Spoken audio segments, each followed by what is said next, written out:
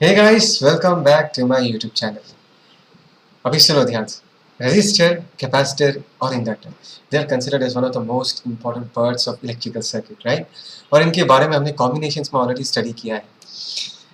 मैं याद दिलाता हूँ. देखो R C L. Did we study RC circuits? याद आया कहाँ पर हमने ये RC circuit study किया था? In the chapter of capacitors. याद है जहाँ पर हमने ये स्टडी किया था कि कैपेसिटर प्लेट में जब चार्ज ग्रो करता है वो कैसे ग्रो करता है. अभी अगर मैं उसी कैपेसिटर को डिस्चार्ज करना चाहूँ with the help of a resistor तो करंट कैपेसिटर प्लेट में अगर डिक्रीज होता तो कैसे डिक्रीज होता है. याद आया कुछ? We have studied this in the chapter of capacitors. इस पर्टिकुलर चैप्टर में we have already studied LR circuit, right, in the chapter of EMI. यहाँ पर हमने क्या स्टडी किया कि अगर हमारे पास एक इंडक्टर है, एक रेजिस्टर है और एक बैटरी है, तो उस सर्किट में जब करंट ग्रो करना चालू करेगा, राइट, तो वो कैसे ग्रो करेगा. अगर मैं उस सर्किट से बैटरी को हटा दूं, अगर करंट डिक्रीज करना चालू करेगा तो वो कैसे डिक्रीज करना चालू करेगा. Is that clear? और इन दोनों कहानियों में अगर मैं सिमिलरिटी चेक करूं तो बहुत ज़्यादा सिमिलरिटी है.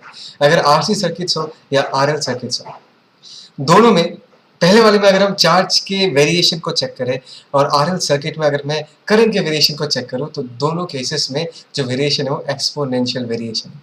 अगर कैपेसिटर में चार्ज ग्रो करता है वो एक्सपोनेंशियली ग्रो करता है. अगर इंडक्टर के थ्रू या सर्किट में in the presence of a battery, in the presence of a resistor, in the presence of an inductor अगर करंट ग्रो करता है वो भी एक्सपोनेंशियली ही ग्रो करता है. Is that clear? आज हम उस तीसरे कॉम्बिनेशन के बारे में स्टडी करेंगे जो अब तक हमने स्टडी नहीं किया, and that is LC combination. मतलब अभी हमारे सर्किट में क्या प्रेजेंट होगा. अभी हमारे सर्किट में एक इंडक्टर होगा और कैपेसिटर होगा, और इन दिस सिनेरियो हम क्या करेंगे, हम कैपेसिटर को फुल्ली चार्ज करेंगे. मैं जो कहानी बताने वाला हूँ इस कहानी में हम क्या करेंगे, कैपेसिटर को फुल्ली चार्ज करके एक इंडक्टर के साथ कनेक्ट कर देंगे और ये देखेंगे कि एक्चुअली होगा क्या. बहुत ही इंटरेस्टिंग कहानी है. हम इसको एक मैकेनिकल सिस्टम के साथ भी कंपेयर करेंगे. तो ये डिस्कशन चालू करते हैं, ठीक है? Okay fine. अभी ध्यान से सुनना. मैं फिर से रिपीट करता हूँ. We are going to talk about LC.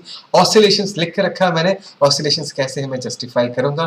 फिलहाल तो सिर्फ इतना समझो कि एलसी मतलब हमारे सर्किट में एक इंडक्टर होगा और एक कैपेसिटर होगा. ध्यान से देखो. ए, this is the initial situation of our circuit जहां पर हमारा जो कैपेसिटर है इट इज फुल्ली चार्ज्ड.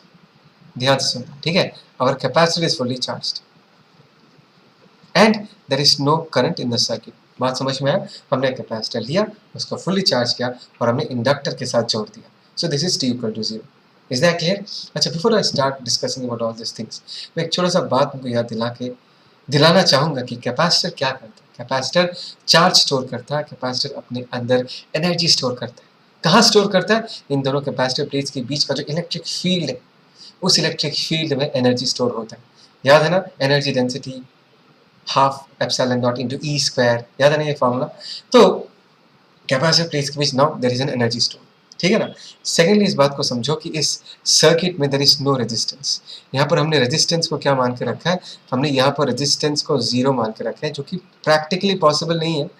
हम ऐसा सर्किट बना सकते हैं जहाँ पर रेजिस्टेंस बहुत ही कम हो, नेग्लिजिबल हो, लेकिन प्रैक्टिकली 0 रियल लाइफ में रेजिस्टेंसलेस सर्किट बनाना पॉसिबल नहीं है. लेकिन this is a theoretical discussion. यहाँ पर हम आइडियल कंडीशंस मानेंगे और ये मानेंगे कि इस सर्किट में अभी कोई रेजिस्टेंस नहीं है. और तुमको ये बात समझना पड़ेगा कि अगर इस सर्किट में कोई रेजिस्टेंस नहीं है, so there is no way energy can go out of this circuit, because resistor के थ्रू एनर्जी अगर रिलीज होता है वो थर्मल एनर्जी के फॉर्म में रिलीज होता है, वो एटमोसफेयर में चला जाता है. लेकिन अभी इस सर्किट में एक तरफ कैपेसिटर है, दूसरी तरफ इंडक्टर है. इंडक्टर जो एनर्जी स्टोर करता है उसका एक्सप्रेशन तुमको याद होगा, that is half L I square. ये भी एनर्जी स्टोरेज डिवाइस है.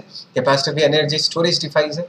अगर एनर्जी डिसिपेट होगा वो रेजिस्टर के थ्रू होता, और हमने यहाँ पर रेजिस्टेंस को 0 मान के रखा. So just think about this कहानी, right? There is no resistance in the circuit. There is no way this energy can escape out of the circuit. So what will happen to this energy? Let's talk about this कि ये जो capacitor है इसको जो हमने charge दे के, इसको जो हमने एनर्जी दे के इस सर्किट में इंसर्ट किया है, तो अभी होगा. ध्यान से सुनो. Very logical. अभी अगर मैं इसको फुली चार्ज करके सर्किट में डाल देता हूँ, the next thing that this capacitor will try to do is to discharge itself.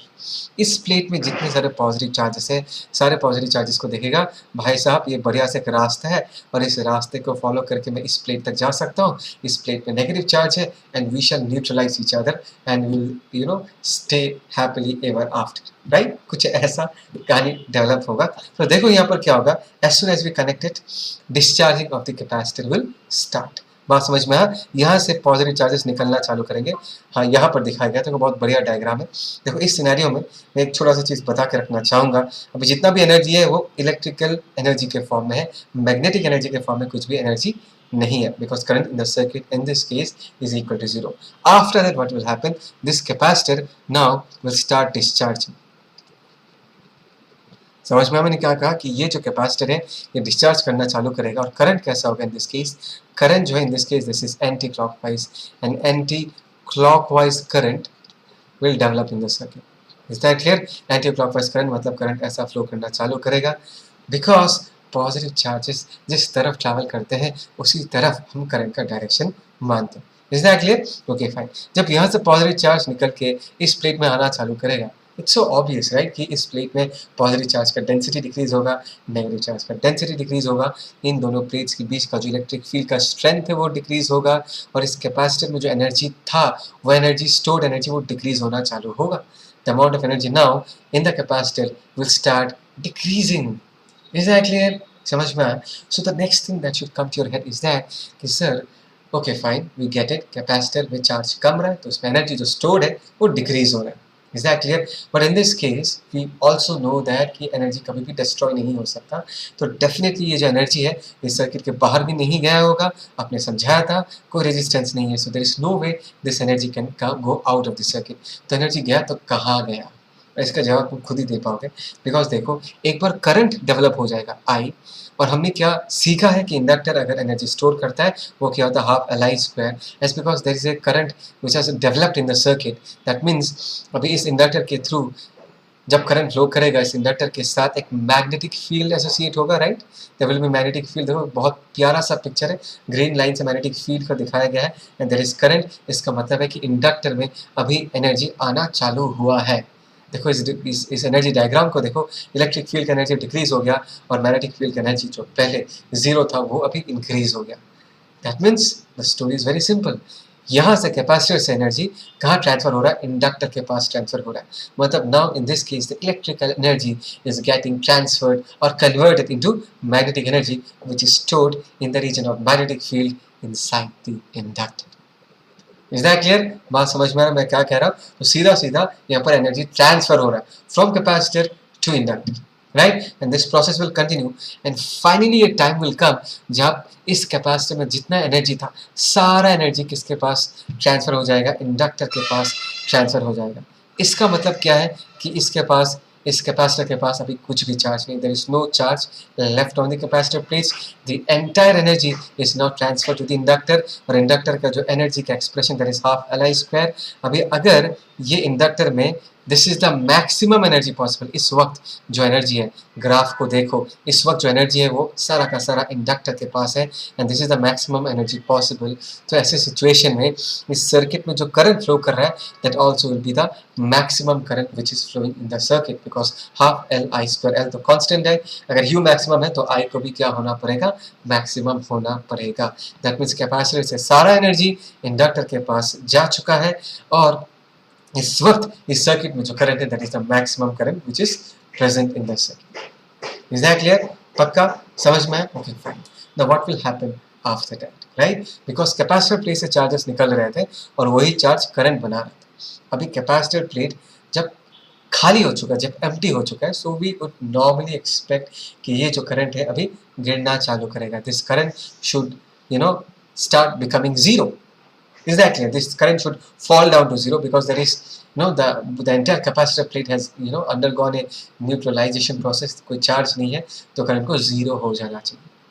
But यार ये बात अच्छे से याद रखना, मैंने बहुत बहुत अच्छे से समझाया कि इंडक्टर क्या करता है। There is an inductor present in the circuit, and do you expect that this current can instantly fall to zero in the presence of an inductor? And the answer is no sir. Sir आपने सिखाया था कि inductor हमेशा क्या करता है, change को रोकता है, अपोज करता है। यहाँ पर current definitely as because capacitor neutralize हो चुके हैं तो करंट फटाक से जीरो हो जाना चाहिए, लेकिन ये इंडक्टर होने नहीं देगा। ये इंडक्टर क्या करेगा, as because current is trying to decrease, it would like to maintain the current, it will try to oppose the decrease of current, और ये क्या करेगा, इसी डायरेक्शन में करंट मेंटेन कर देगा, जीरो होने नहीं देगा। तो अगर इसी डायरेक्शन में ध्यान से देखो, अगर करंट मेंटेन हो जाता है, करंट अगर इस तरफ फ्लो कर रहा है, current is the flow of positive charges, तो धीरे धीरे इस प्लेट में पॉजिटिव चार्ज आना चालू करेगा और इस प्लेट में क्या हो जाएगा, नेगेटिव चार्ज आना चालू होगा। Current is flowing basically along this direction. इसका मतलब क्या है, कमान समझ में आ चुका होगा। इसका मतलब क्या है, इसका मतलब ये है भाई साहब कि इसके पहले वाले सिचुएशन में सारा एनर्जी मैग्नेटिक एनर्जी के फॉर्म में था।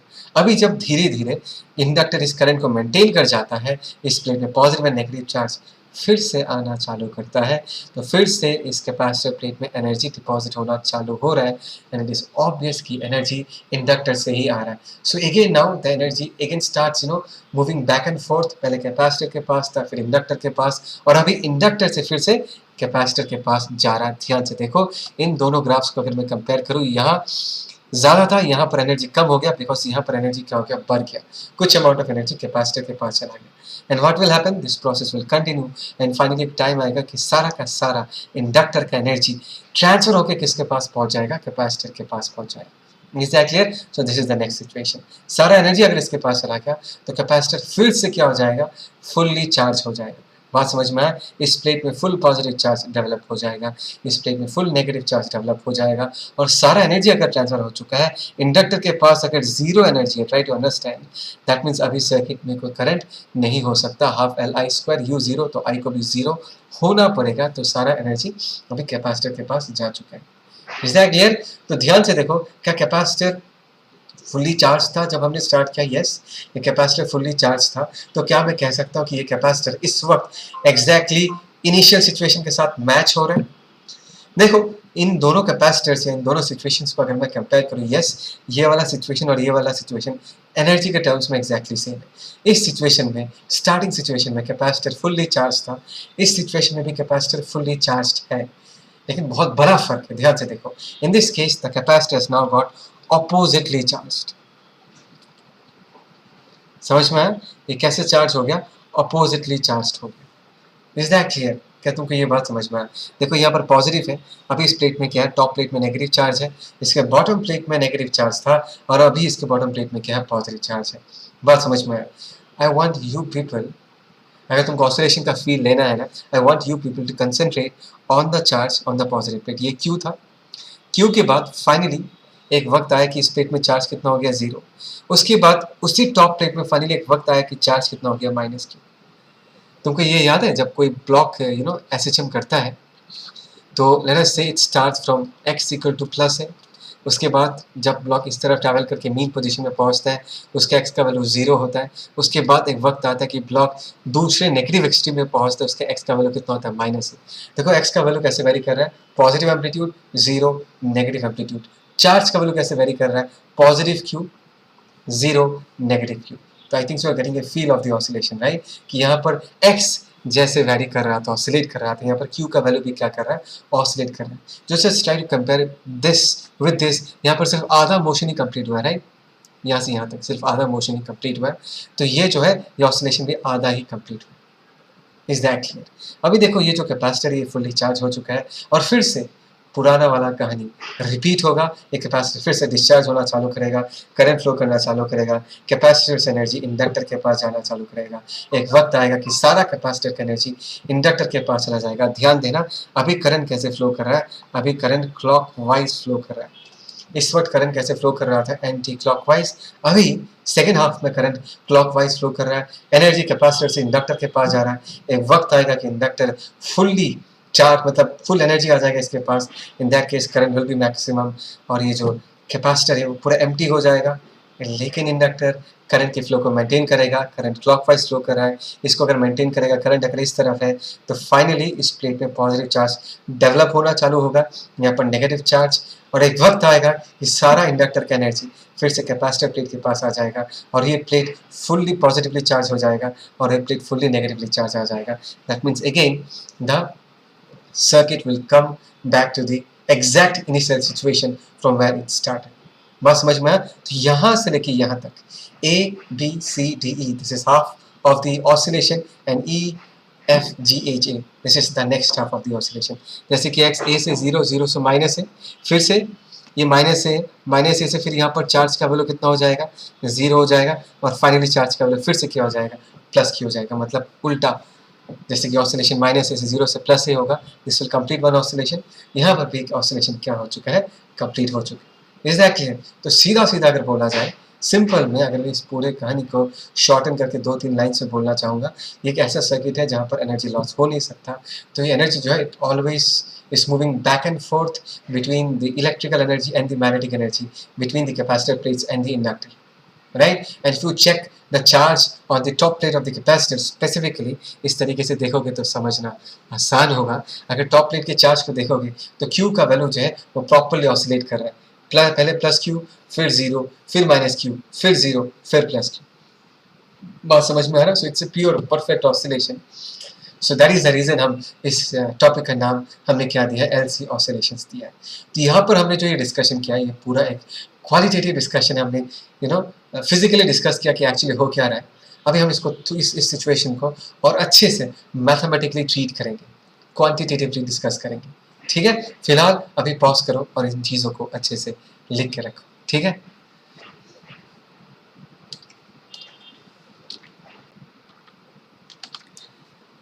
The first thing that you need to understand कि ऐसे केस में इस सर्किट का जो टोटल एनर्जी है वो तो चेंज नहीं हो रहा. The total energy of the system will remain the same.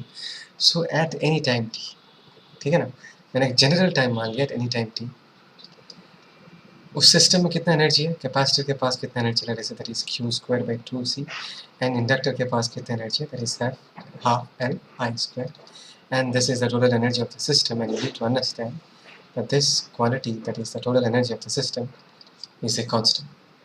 Is that clear?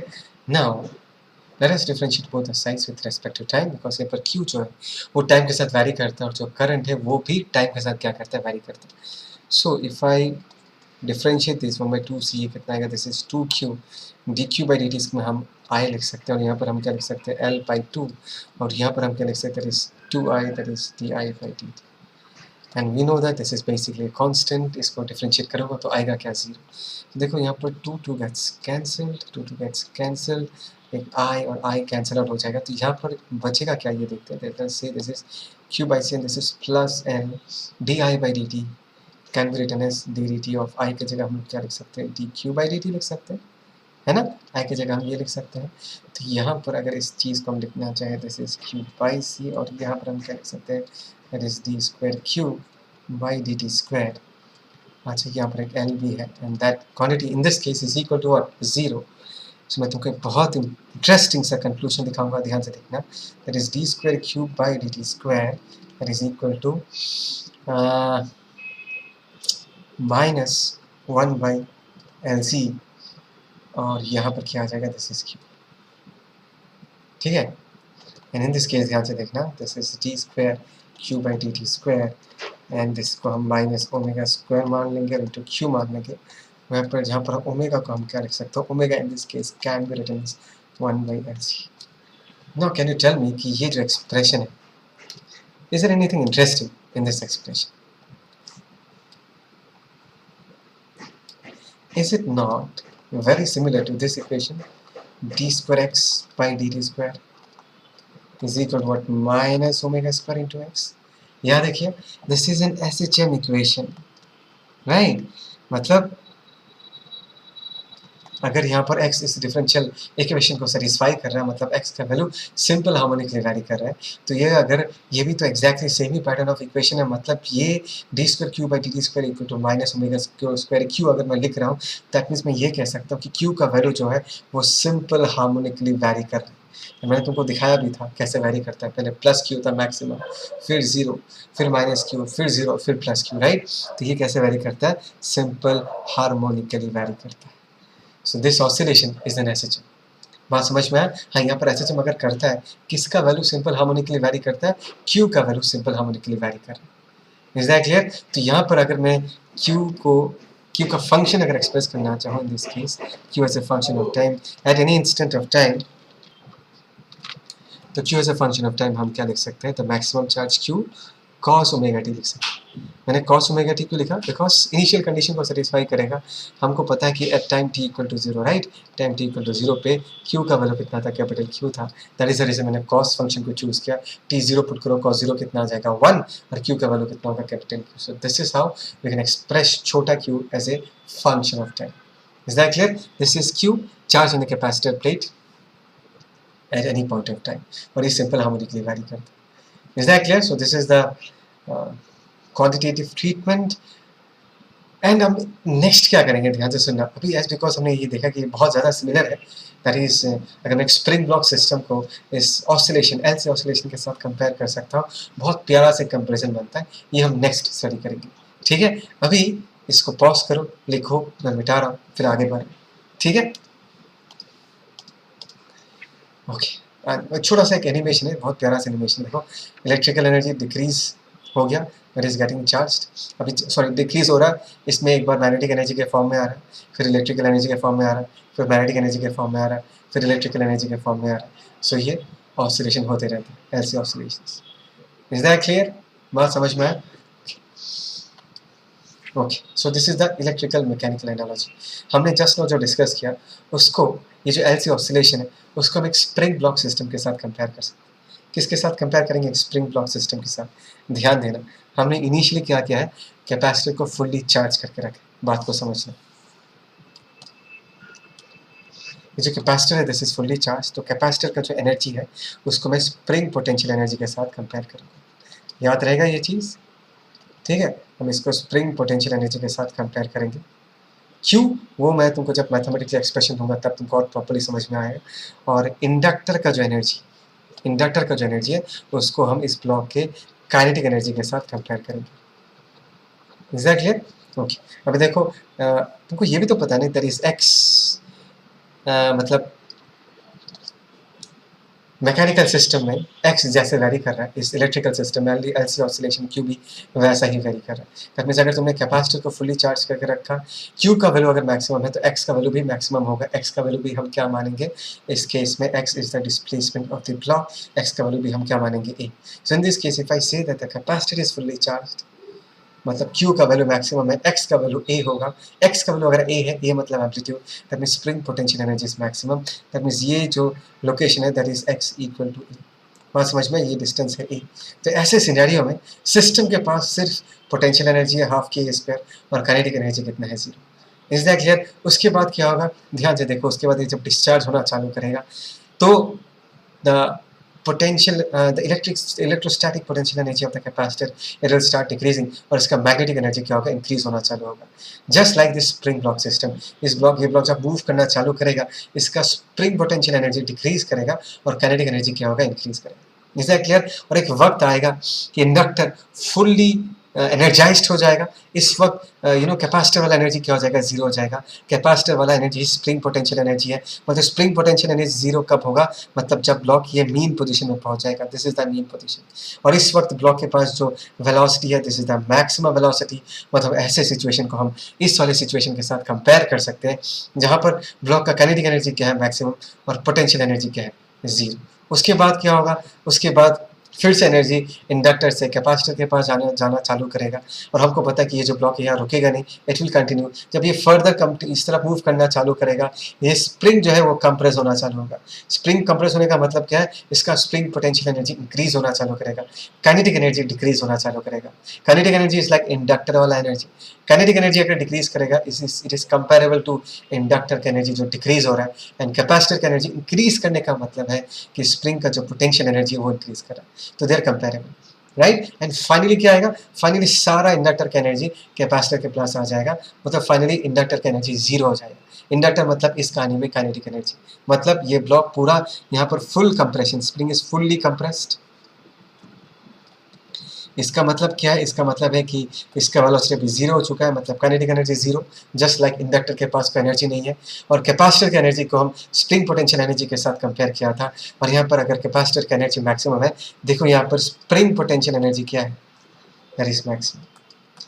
तुमको फील आ रहा है ये कंपेरिजन में, ठीक है। तो ऐसे करके हम कंपेयर कर सकते, फाइन। और अगर हम इस मैकेनिकल सिस्टम के पैरामीटर्स को इस इलेक्ट्रिकल सिस्टम के पैरामीटर्स के साथ कंपेयर करते हैं, जैसे कि x is comparable to q, बाकी हम और क्या क्या कंपैरिजन कर सकते हैं ये हम नेक्स्ट देखेंगे। अभी पॉज करके इस चीज़ को लिख के रखो, ठीक है। So in this case if I see the comparison, जैसे कि मैंने तुमको पहले भी बता के रखा है, यहाँ पर kinetic energy is like half Li², और यहाँ पर जो पोटेंशियल एनर्जी है दैट इज द कैपेसिटर वाला एनर्जी, इलेक्ट्रिकल एनर्जी, राइट। तो जैसे कि हमने ऑलरेडी देख लिया था कि x जो है, x का पार्ट कौन प्ले कर रहा है इलेक्ट्रिकल सिस्टम में, q पार्ट प्ले कर रहा है। If I differentiate both the sides, x का होगा वेलोसिटी और q dq/dt क्या आ जाएगा, करंट। मतलब करंट का पार्ट कौन प्ले कर रहा है, वेलोसिटी प्ले कर रहा है। इज दैट क्लियर, बात समझ में आया। तो हाफ mv² अगर काइनेटिक एनर्जी है, half Li² is the counter part of the kinetic energy in case of an LC circuit, right? That is the reason हमने यहाँ पर हाफ mv² को किसके साथ कंपेयर किया, हाफ Li² के साथ कंपेयर किया। और ध्यान से देखो v और i का कंपैरिजन तो हमने कर दिया, और मैंने तुमको ये भी बताया था कि L जो है it plays the part of what, role of inertia, inertia का पार्ट प्ले करता है, राइट। तो ध्यान से देखो v² की जगह i² आ गया, देयर कंपेरेबल, हाफ हाफ मतलब m is comparable to what, L in this case, right. ये तो पहले भी बता चुका हूँ कि it plays the role of inertia. और यहाँ पर Q का कंपैरिजन हमने ऑलरेडी कर लिया हाफ kx² के साथ। ध्यान से देखना, यहाँ पर अगर मैं हाफ kx² के साथ q²/2c को कंपेयर करूँ, तो यहाँ पर q x का काम कर रहा है, वो तो मैंने ऑलरेडी दिखा दिया। और यहाँ पर k जो है that is comparable to what, that is comparable to 1/c। Is that clear. देखिए ये सारे कंपेरिजन्स तो हजम हो जाता है, समझ में आ जाता है, but k is comparable to 1/c, ये हम कैसे समझे, इसका भी बहुत प्यारा सा कंपैरिजन है। देखो k क्या रिप्रेजेंट करता है, k जो है वो बेसिकली एक स्प्रिंग का स्टिफनेस रिप्रेजेंट करता है, मतलब स्प्रिंग कितना टाइट। बात को समझो, स्प्रिंग जितना टाइट होगा उतना वो कम कंप्रेस होगा, तो वो उसके अंदर जो potential energy, spring potential energy store होगा वो भी कम होगा। Similarly I am talking about, अगर k ज़्यादा हो तो स्टिफनेस ज़्यादा हो, तो 1/c ज़्यादा होने का मतलब क्या है, 1/c ज़्यादा होने का मतलब है c का वैल्यू अगर कम होता है, तो मैं कंपेयर कर रहा हूँ, k ज़्यादा मतलब स्टिफनेस ज़्यादा, मतलब कम स्प्रिंग पोटेंशियल एनर्जी स्टोर करेगा। यहाँ पर 1/c का वैल्यू ज़्यादा मतलब कैपेसिटेंस का वैल्यू कम, कैपेसिटेंस का वैल्यू कम तो वो कम इलेक्ट्रोस्टैटिक पोटेंशियल एनर्जी स्टोर करेगा। Is that clear? So that is how we compare k with 1/c। Is that clear? So it's a very beautiful comparison. Pause करके इन चीज़ों को लिख के रखो, ठीक है। यहाँ पर मैंने जो k और 1/c का कहानी है उसको भी लिख के रखा है, इस चीज़ को भी अच्छे से कॉपी करके रखना है, ठीक है। So here we complete this video on LC oscillation. Please share the video with your friends. It would help a lot, and thanks for watching the video. Take care. Bye.